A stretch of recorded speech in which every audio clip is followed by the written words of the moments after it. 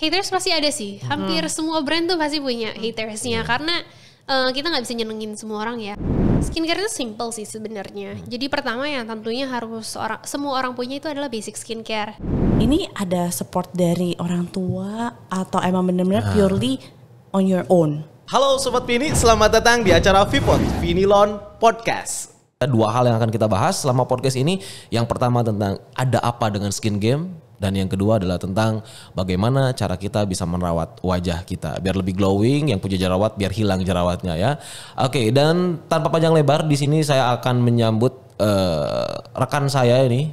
Kak Novita sebagai podcaster juga. Trisna.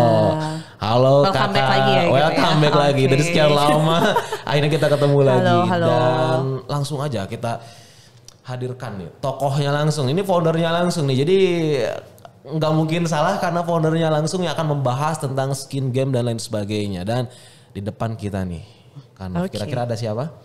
Siapa ya? Ci Michelle. Halo Ci Michelle. Halo Kak Trisna. Halo Kak kabar? Baik.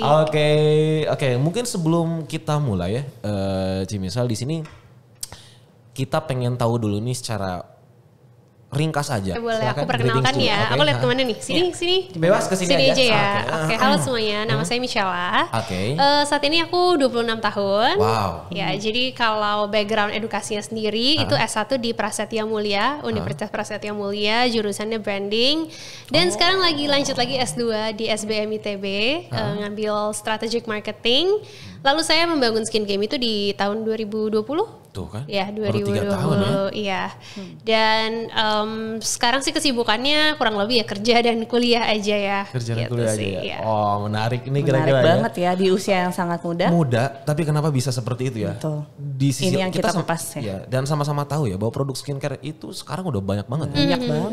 Benar-benar. Sekarang competition itu tight banget sih. Nah, ini yang jadi pertanyaannya nih. Tapi Yang nggak menarik salah. nih. Iya, yang menarik. Tapi di sisi lain dari backgroundnya aja udah branding ya. Ini pasti strategi pemasarannya juga ini pasti oke banget. Bukan hanya sekedar produk dari kualitasnya yang oke aja, tapi dari pemasarannya juga. Tapi mungkin kita akan membahas dulu ini perjalanannya dari mana nih sebenarnya. Oke, mungkin awal mulanya Iya, dulu. awal skin mulanya game dulu. ya. Bisa Oke. ada skin game ya. Oke, jadi sebelumnya tuh sebenarnya sempat sih nyobain bisnis lain di bidang F&B. Oh, di FNB. Ya, sempat nyobain F&B, tapi ternyata fail di sana. Sebenarnya banyak sih bisnis-bisnis kecil lainnya juga ya yang dulu pernah dicoba, tapi ternyata kok kayaknya kurang kurang jalan gitu ya, banyak yang tutup. Sampai akhirnya bangun sih skin game ini. Jadi kenapa bangun skin game? Sebenarnya awalnya itu sederhana banget sih. Aku tuh punya pacar yang berjerawat banget. Iya. Keresahannya dari situ. Iya benar. Mulai dari masalah nih ya. Betul. Dari awal sih memang udah tertarik banget sama dunia perbeautyan ya, dunia Oke. perskincarean. Terus karena pacarku kebetulan jerawatan, jadi explore skincare tuh lebih dalam lagi. Kayak sama-sama lah nyari produk yang cocok di kulitnya. Nah waktu itu tuh salah satu produk yang membantu banget tuh adalah krim total jerawat. Jadi kayak memang krim total yang ditotolin di jerawatnya aja gitu ya. Iya. Cuma waktu itu di kalangan lokal ya, di produk-produk lokal, produknya tuh belum terlalu banyak pilihannya. Jadi biasanya tuh kita nge-just tip dari luar negeri, biasa dari Korea, Singapura atau dari Jepang. Bisa kita nge-just tip dan itu harganya misalkan bisa jadi 2 kali lipat. Mungkin harga produk ya 200.000 bisa jadi 400.000. Belum lagi jerawatannya itu sekarang, tapi produknya baru nyampe ntar sebulan kemudian gitu ya. Berapa baru banyak satu muka. Iya, makanya aku pikir kayaknya ini sebuah produk yang simple, sederhana, tapi kok produk lokal belum ada ya yang bisa jadi top of mind-nya. Sampai akhirnya coba ngeracik sendiri dulu, explore formulasi. Bentar, ngeracik. Iya, tapi Tapi kan gak punya background. betul, yang, betul. Jadi sebenarnya aku sendiri bukan expert di bidang formulasi ya, cuma suka bacain ingredients skincare. Terus jadi ya ngerti dikit-dikit lah. Terus aku kayak ada beli beberapa bahan baku untuk aku coba-coba sendiri. Nah, tapi waktu itu saat udah ketemu formulasi yang bagus, aku bawa ke pabrik untuk diproduksi secara massal lah ya. Dan udah BPOM juga jadinya karena udah produksi di pabrik gitu sih. Terus sih sebenarnya sederhana aja sih kayak gitu. Terus seiring berjalannya waktu, awalnya itu fokus di jerawat aja. Sekarang udah expand produknya ke masalah kulit yang lainnya juga. Oke. Tapi sekarang coba tarik mundur lagi ya. Kan startnya skin game itu tahun 2020 nih ceritanya.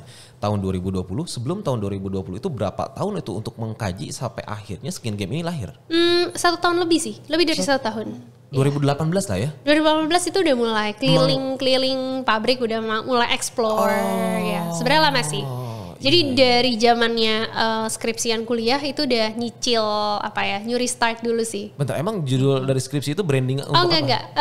Bukan? Enggak berhubungan sih kebetulan. Enggak berhubungan. Jadi sambil lagi skripsi, sambil nyari-nyari explore gitu. Jadi pas udah lulus bisa langsung launching gitu. Dan pacarnya itu udah sembuh jerawatnya. Berhasil. Berhasil. Berkat eksperimen. Iya, berkat eksperimen. Langgeng juga. Langgeng juga, betul. Iya. Oke. Nah, yang jadi menariknya adalah bahwa backgroundnya si Misal ini adalah bukan seorang farmasi yang bisa melakukan sebuah formula kayak gitu Lebih gitu ke branding ya. Cuman melihat dari komposisinya langsung coba-coba kayak gitu dan itu terbukti berhasil itu emang. Tapi at the end of the day tetap butuh bantuan formulator ya. Jadi yang menyempurnakan produknya tentu formulator kan nggak bisa ya cuma belajar gitu doang ya. Memang harus butuh edukasi lah ya. Edukasi yang panjang buat bisa ngeformulate sebuah produk harus diimbangin dengan pengawetnya. Ya dan lain-lain gitu ya. Dan ini nggak iseng kan ketika bikin formulator gitu? Ketika membuat formulasinya nggak iseng kan? Nggak iseng dong. Kan awalnya dibuat dipakai untuk diri sendiri dan pacar kan. Pernah sih ngulik ke belakang dikit ya. Kalau nggak salah tuh dulu awal-awal pas baru mau launch, kalau nggak salah tuh kayak dalam bubuk ya. Iya betul. Benar gak sih? Betul. Maksudnya dalam bubuk gimana? Total teksturnya itu teksturnya bubuk dan iya. kita harus kayak mencampurkan sendiri karena I know karena skin game seru nih gitu kan, brand apa nih, brand baru kan, taunya dari total jerawatnya itu, cuman memang harus racik sendiri ya. Iya karena awal-awal tuh ngeracik sendiri jadi nggak bisa pakai pengawet, makanya bubuk gitu ya kan butuh ilmu yang lebih lagi lah ya. Tapi itu udah mulai diperjualbelikan? Belum. Belum. Ke keluarga doang lah yang nyoba-nyobain. Internal. Kayak trial and error. Iya, jadi banyak kelinci percobaanku waktu itu. Iya.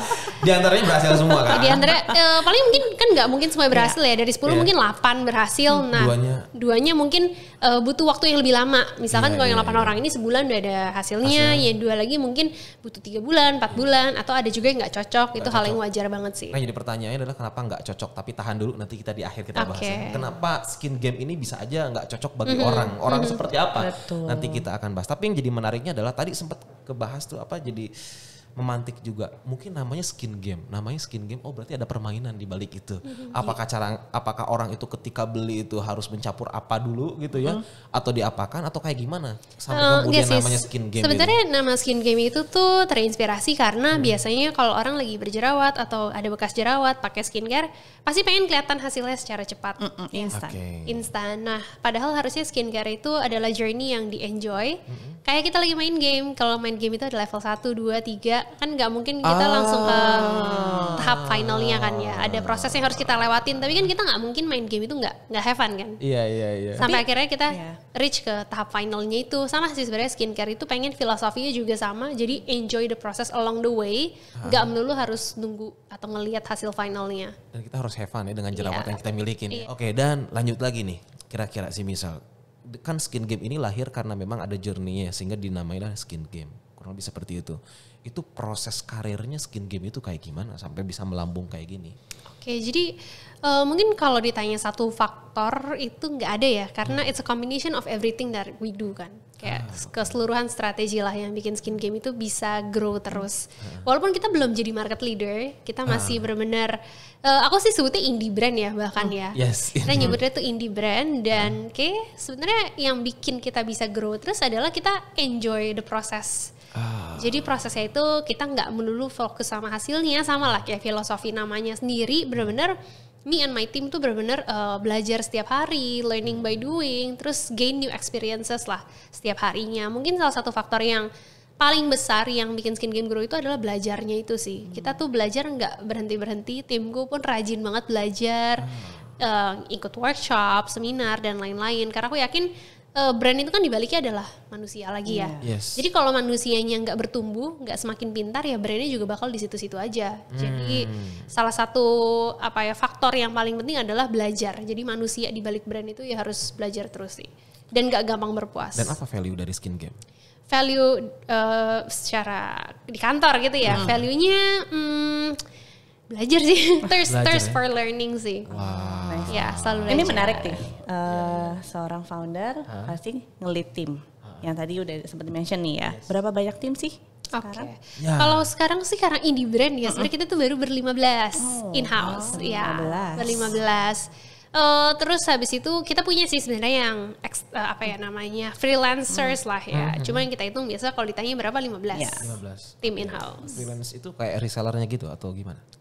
Enggak, reseller enggak dihitung. Oh nggak dihitung juga ya? Enggak. Oh, freelance itu kayak gimana maksudnya? Freelance tuh mungkin live streamer. Oh, Ya. iya. Berarti Salah 15 itu adalah core-nya ya? Iya, But this is core-nya. the interesting part juga nih gitu. Maksudnya sebagai seorang leader gitu ya, how you manage your team dengan berbagai istilahnya karakter yang berbeda-beda, tapi you guys aiming into one visi misi gitu.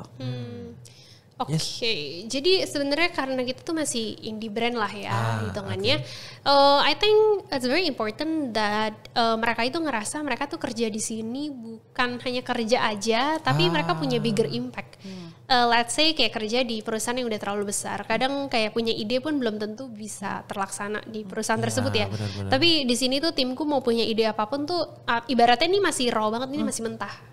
Kayak ini kayak bahan mentah yang masih bisa lu apain terserah mau digoreng, mau dikukus gitu ya. Besar ya untuk bisa mengeksplorasi Iya, itu ya. dan bisa kita implementasi saat itu juga gitu. Apalagi semuanya masih direct report kan. Kalau ada ide ngomong ke aku, yuk kita execute gitu kan. Jadi itu sih kayaknya yang bikin mereka itu kayak passionate banget terhadap brand dan juga perusahaannya.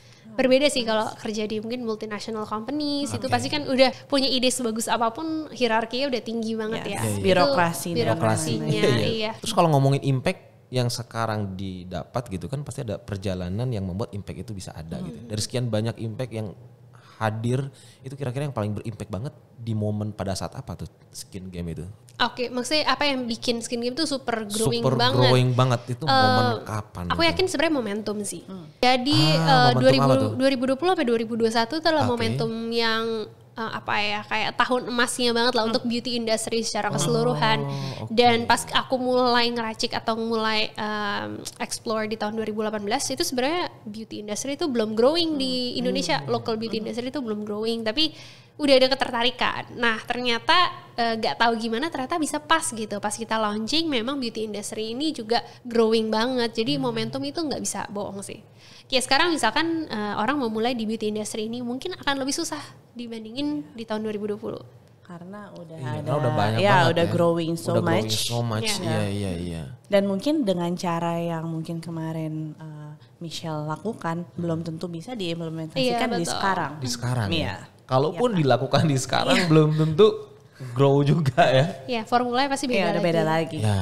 Karena keep oke. on changing ya. Kita tahu sih dunia per skincarean ini changingnya sangat cepat sih. Iya. Kan?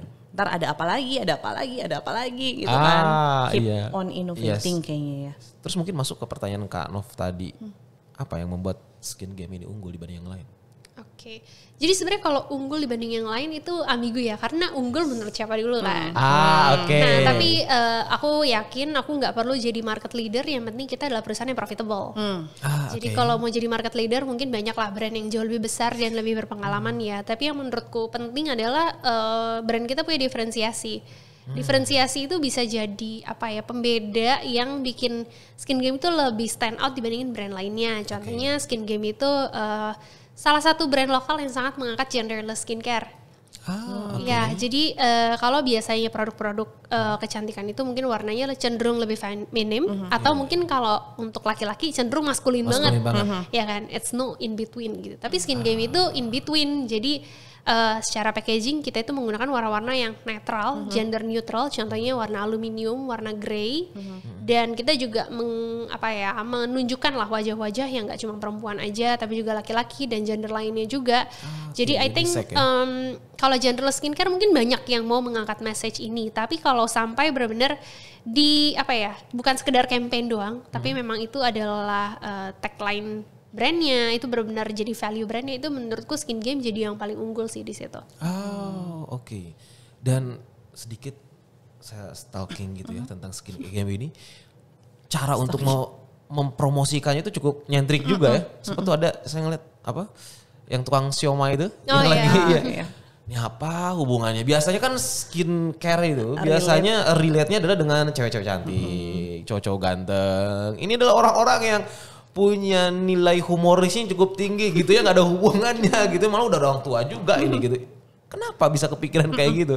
Karena kita tuh waktu itu ngangkat pokoknya skincare for all. Jadi apapun backgroundnya, apapun gendernya itu semua bisa menggunakan skincare. Bahkan orang yang jualan siomay sekalipun tuh tetap butuh skincare karena kan semua manusia itu punya kulit. Jadi kulit ya sewajarnya lah ya harus dirawat. Iya. Filosofi banget ya kira-kira ya. Ngeri. Ya, gitu. Oke. Dan sejauh ini gimana? Tentu banyak kali haters untuk skin game atau malah kurang. Haters pasti ada sih, hampir semua brand tuh pasti punya hatersnya karena kita nggak bisa nyenengin semua orang ya. Pasti mau sebaik atau sebagus apapun kita pasti ada yang nggak cocok dengan filosofi kita, ada yang nggak cocok dengan penyampaian kita dan lain-lain. Cuma menurutku kalau misalkan hate-nya itu masih produktif maksudnya adalah memberikan masukan kali ya. Hate itu untuk memberikan masukan, bukan untuk semata-mata untuk cuma melampiaskan emosi doang. Nah itu pasti kita pikirkan gitu. Oh gimana ya, mungkin bisa kita improve dari hate itu bisa jadi sesuatu yang positif atau produktif atau solutif lah ya. Cuma kalau hate-nya itu semata-mata karena nggak berdasar gitu ya udah nggak usah dipikirin. Cuma selama kita masih bisa solve jadi hal yang produktif dan solutif ya kita solve. Dan itu suka ada yang kayak gitu ya? Pasti ada sih, ada kok. Ada. Oh, okay. Nah, ngomongin ini menarik nih. Karena kalau dilihat-lihat ya skin game di awal-awal, mereka benar-benar kayaknya brand yang benar ngedengerin customernya banget. Benar gak sih? Dan itu memberikan impact pengaruh gak sih ke skin game sendiri gitu untuk improve dan lebih baik lagi gitu. Jadi tagline skin game itu namanya Your Skin Listener. Jadi kita benar-benar mendengarkannya itu bukan gimmick doang, tapi feedback sekecil apapun tuh kita berusaha untuk improve terus menerus. Contohnya apa misalkan? Misalkan packaging skincare-nya. Ada misalkan yang komplain serumnya pamnya nggak enak nih, terlalu keras. Kita ganti tuh packagingnya. Oh langsung ganti serius? Ganti, ya nggak langsung sih kan kita ya, harus. tapi maksudnya pada akhirnya diganti. Pada akhirnya diganti.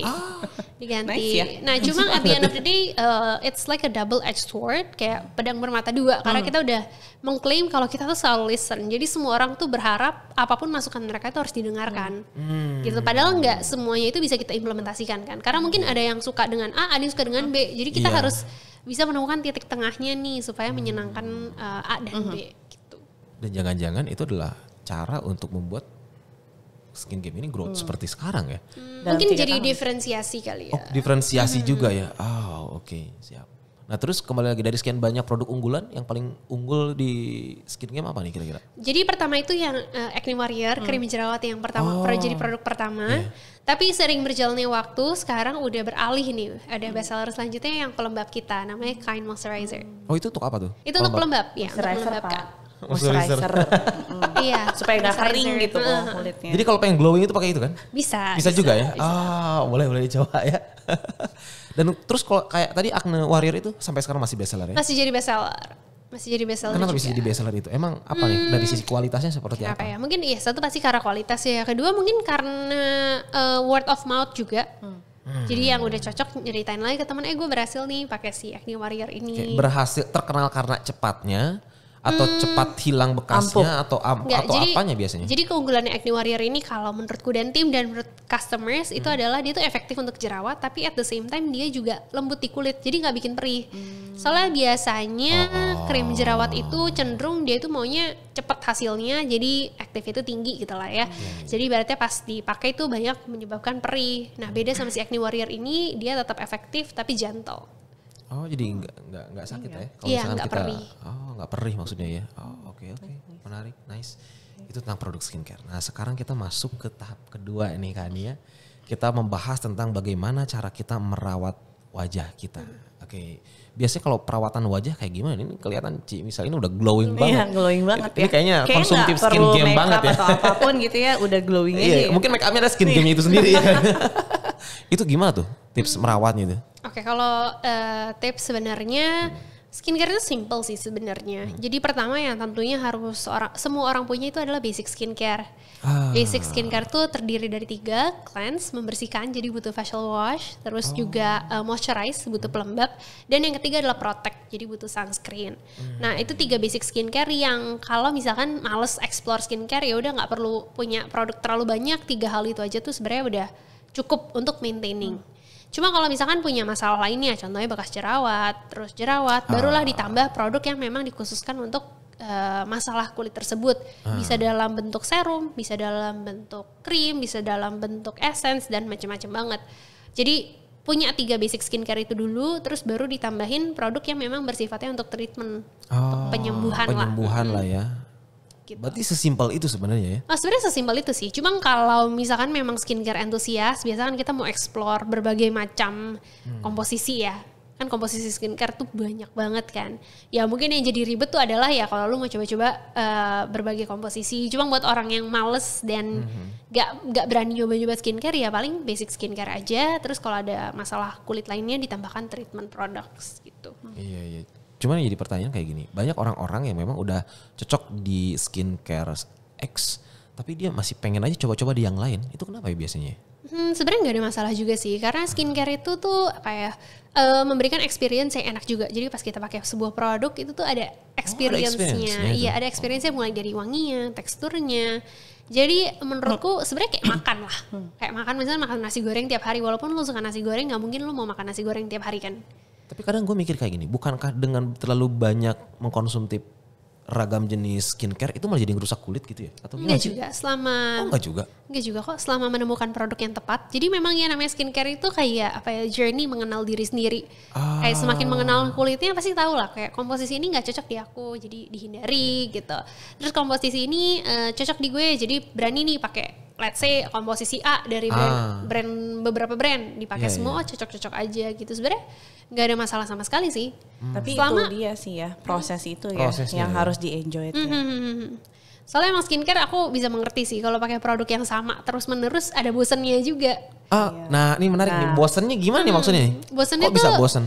Pengen aja gitu nyoba sesuatu yang beda gitu ya, kayak teksturnya beda nih. Terus komposisi skincare kan banyak, misalkan brightening ya contohnya. Untuk mencerahkan aja itu ada vitamin C, ada niacinamide, ada tranexamic acid, niacinamide dan macam-macam lah.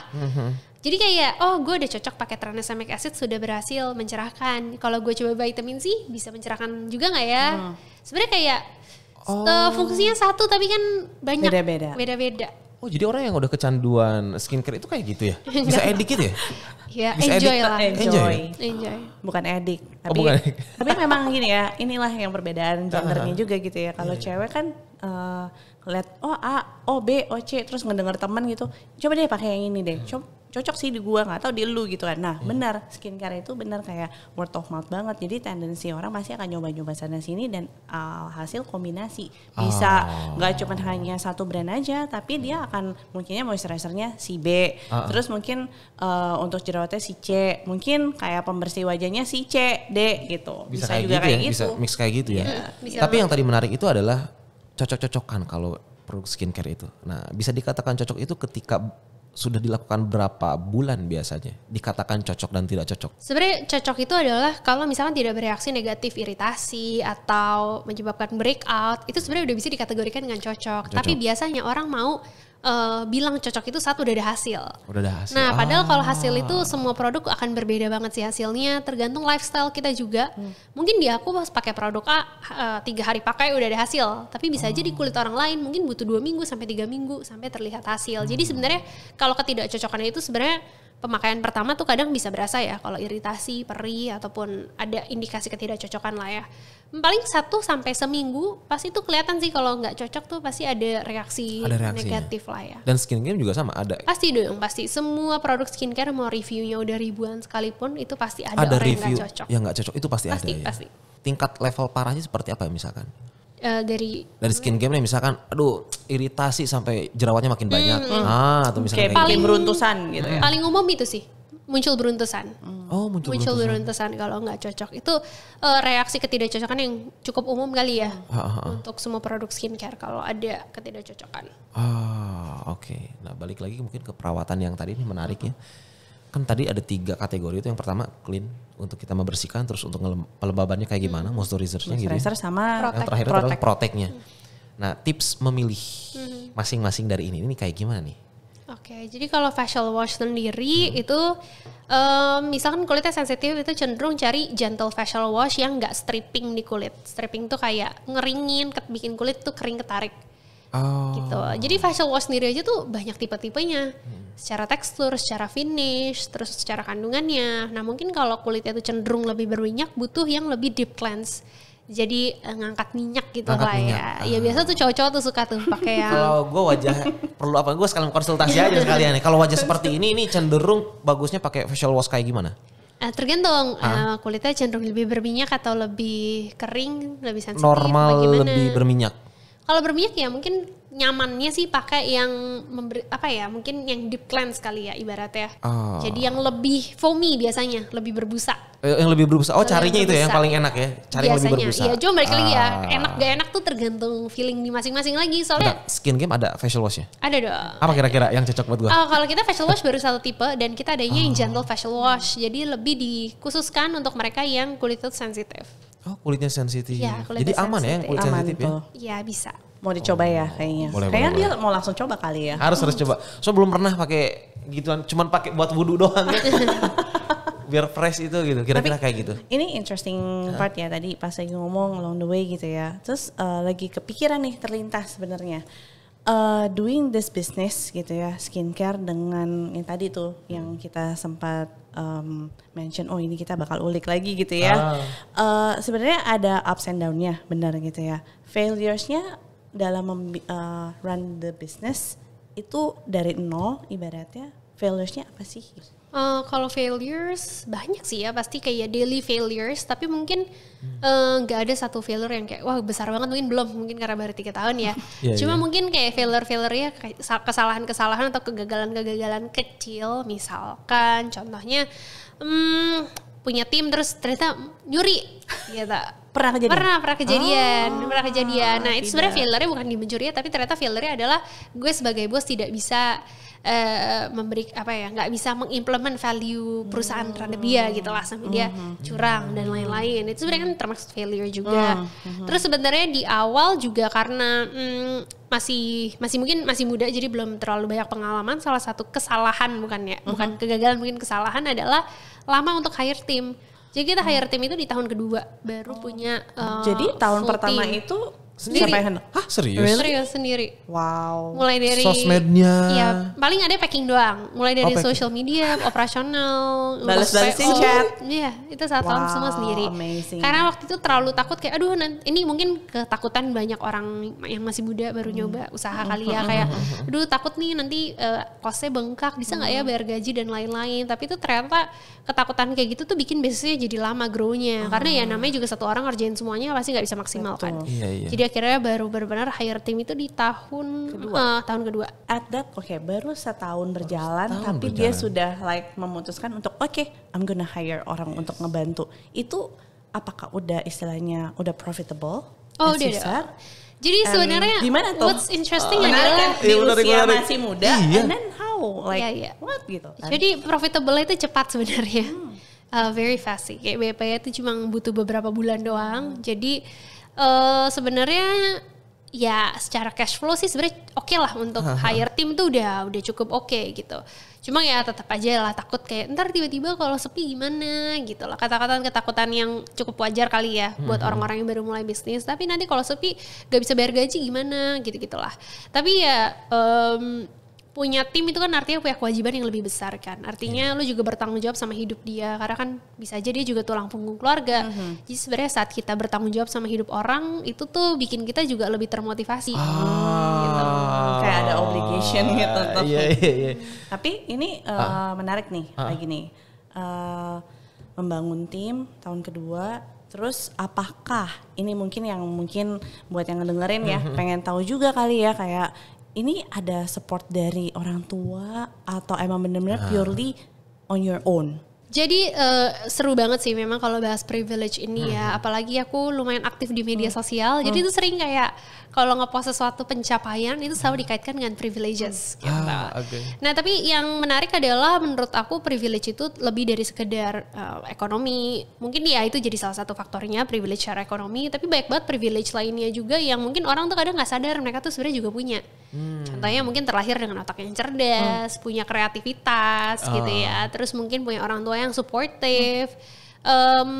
Sebenarnya bisa kan mereka rajin mereka scrolling media sosial nih, terus komen nih, lu tuh punya privilege tahu, makanya lu bisa kayak gini gitu. Tapi menurut gue kayak lu punya waktu untuk bermain media sosial ya mungkin dan bisa beli kuota gitu ya instead of lu kerja atau ngapain, menurut aku ya that's one of your privilege gitu, punya bisa bermain dengan media sosial gitu kan. It's just sometimes yang orang lupa adalah untuk mempergunakan privilege itu dengan baik.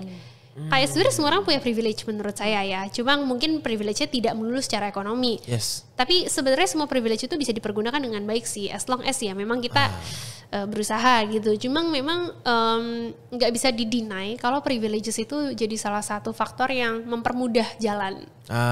Iya. Jadi aku kurang setuju kalau orang tuh yang udah terlahir dari keluarga ekonominya berkecukupan terus bilang ini semua tuh kerja keras gue sendiri gitu kan. Seringnya.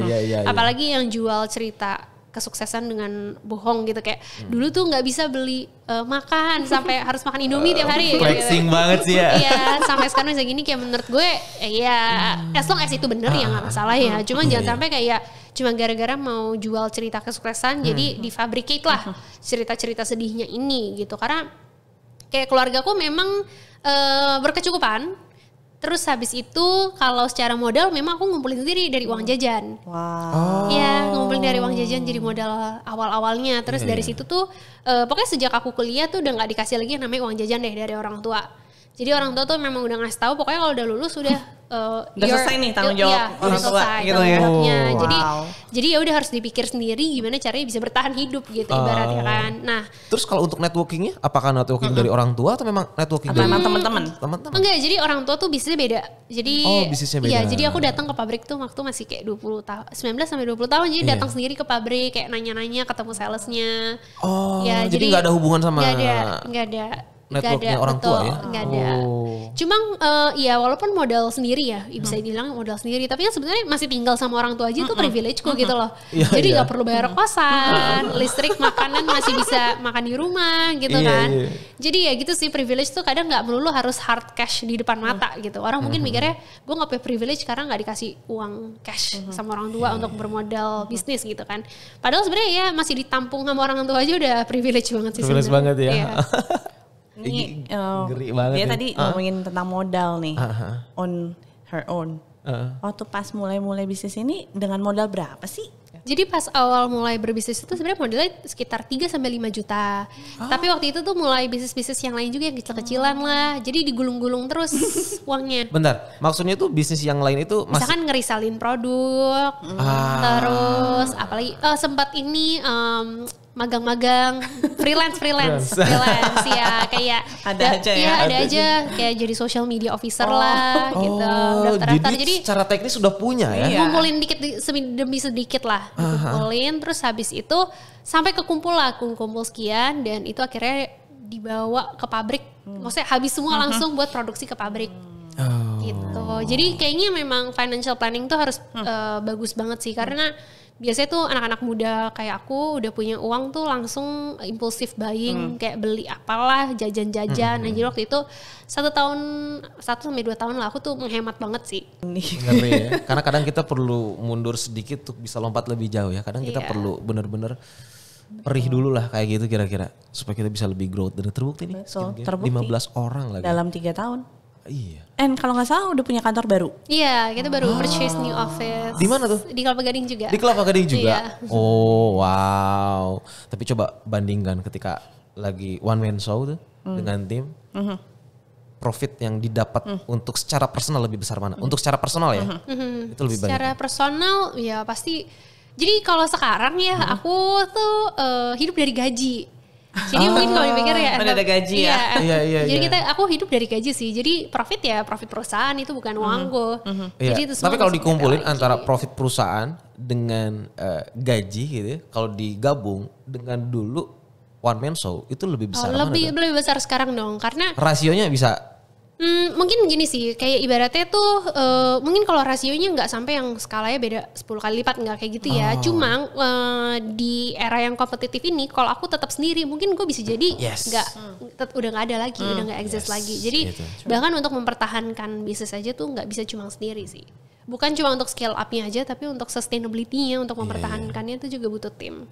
Iya karena kadang temen gue tuh yang memang dia awalnya one man show tuh, terus dia punya tim. Ketika punya tim itu karena pendapatannya profitnya lebih besar ketika dia one man show, akhirnya dia kembali lagi jadi one man show lagi. Tapi pada akhirnya bener kejadian kayak hancur gitu ya, dia. hancur. Akhirnya dia udah ujungnya dia udahlah berkarir biasa aja dia. Tapi emang benar sih, you cannot do everything by yourself. At the end, if you wanna keep on growing, bener gak sih? Iya kan? Pasti you gotta build a small team to help you and then to grow more and more. Itu sih kuncinya memang. Kita harus banyak tim kayak gitu. Oke, dan gak kerasa banget ini udah banyak banget yang kita bahas. Kita coba untuk close statement aja deh. Kira-kira close statement. Nggak mau lagi. Boleh. Masih ada kira-kira. Penasaran. Oh iya. Dari sekarang skin game yang ada nih, what's next? Ya benar. Oke, what's next is mungkin di tahun ini sampai dengan tahun depan justru we're taking a step back. Jadi banyak banget produk-produk yang pengen kita rapikan lagi dan relaunch lagi. Jadi kan skin game itu your skin listener ya. Jadi kita itu selama berjalan tuh selalu menampung semua feedback dari customers. Jadi targetnya adalah pengen bisa implement berbagai feedback yang orang kasih ke kita. Dan kita benar-benar nggak cuma ngedengerinnya, tapi kita implement ke semua produknya. Jadi sesederhana kayak gue kurang suka soalnya teksturnya kurang lembab gitu, let's say. Ya itu pengen kita tackle juga gitu. Jadi menurutku sekarang adalah karena kompetitif banget ya sekarang di beauty industry, nggak bisa cuma jor-joran di marketing, ngabisin budget marketing berlebihan. Yang harus kita lakukan adalah do what's impactful for the customers. Jadi kadang kalau misalkan bikin marketing ya, misalkan let's say kita habis 1 miliar untuk activity marketing, tapi itu nggak ada impact yang langsung ke customers. Nggak langsung. Iya, jadi walaupun ya mungkin it seems like apa yang kita lakukan tuh kecil ya, cuma sebenarnya aku ngelihat dari impactnya sih, apakah customers tuh ngerasa impactful, ngerasa ada benefitnya dengan improvement yang kita lakukan. Jadi kita justru taking a step back, kita nggak mau buang-buang duit marketing nggak jelas. Jadi kita justru taking a step back dan ngelihat apa yang bisa kita improve lagi. Jadi mungkin looking at the bigger picture. Jadi biasa misalkan kita di sini ya, ini perusahaan kita tuh di dalam. Jadi yang bisa kita lihat tuh di situ-situ aja, tapi kita harus kayak menjauh gitu ya, menjauh dan ngelihat dari kejauhan gitu. Apa yang bisa gue improve dari dia gitu sih. Dan itu nggak melulu dengan modal yang besar loh, nggak melulu dengan cara pakai brand ambassador mungkin, nggak melulu dengan cara ngabisin budget marketing yang berlebihan, tapi ternyata kadang improvement yang kita lakukan tuh sebenarnya harusnya kecil tapi impactful. Small things but give a big impact. Iya. Yes. Dan ini jadi menarik nih. Justru jadi pengen nanya Nah lagi. kan? Oke, 2-3 more questions. Oke. Kira-kira ini ya. Kalau kan sudah perjalanan udah cukup jauh nih skin game gitu ya. Kalau seandainya kembali ke masa lalu, mau berkarir di situ, industri yang sama. Tetap. Serius? Nyaman banget sih di industri ini walaupun kompetisinya itu lumayan. Nah itu kan karena kompetisinya banyak kan. Semakin kita jalanin semakin kita tahu musuh kita siapa, kompetitor kita itu siapa gitu ya. Apakah kalau kita kembali ke masa lalu, apakah kita akan bermain di industri itu atau mungkin enggak deh kayaknya mau coba di yang lain gitu. Enggak sih, bakal di sini. Jadi aku ngerasa beauty planner ya sebutnya, beauty entrepreneur.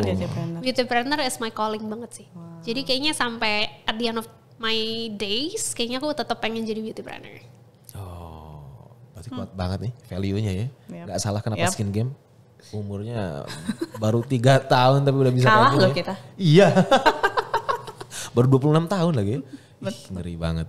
Oke, masih ada? Oke, gak ada sih. Cukup? Oke, dan mungkin thank you banget nih Ci Michelle ya. Tapi untuk di akhir kita minta close statement lah. Close statement apapun itu whatever. Apa sih buat anak-anak sekarang nih? nih? Buat anak-anak sekarang supaya mereka itu dapat aha moment dari podcast ini apa? Mungkin one tips ya lebih kayak advice ya. Ini sering aku bilang sih di beberapa podcast ataupun webinar biasa tuh aku bilang kayak sukses itu nggak melulu jadi entrepreneur sebenarnya. Jadi biasa orang tuh sekarang kan banyak kayak entrepreneur muda gitu sharing their stories, contohnya kayak gini dan bikin orang tuh ngerasa mereka tuh belum sukses karena belum jadi pengusaha. Padahal sebenarnya definisi sukses tuh nggak melulu jadi pengusaha. Kayak kalian bisa kerja di kantor pun itu udah definisi sukses. Kalau itu memang definisi sukses untuk kalian gitu. As long as kalian bisa making impact di orang-orang sekitar kalian, bisa making impact ke orang lain, menurutku itu pun udah definisi sukses. Jadi nggak melulu harus jadi pengusaha buat jadi sukses sih. Yes. Mantap banget. Karena sukses adalah definisi sendiri. Definisi sendiri ya. Oke. Sukses adalah definisi sendiri terkait ekspektasi kita ya, apa ya, dan menempel pada entrepreneur atau pada seorang employee, kira-kira kayak gitu ya. Oke, thank you banget Thank you so much atas waktunya. Thank you. Kameranya di sana, kita dadah dulu, bye.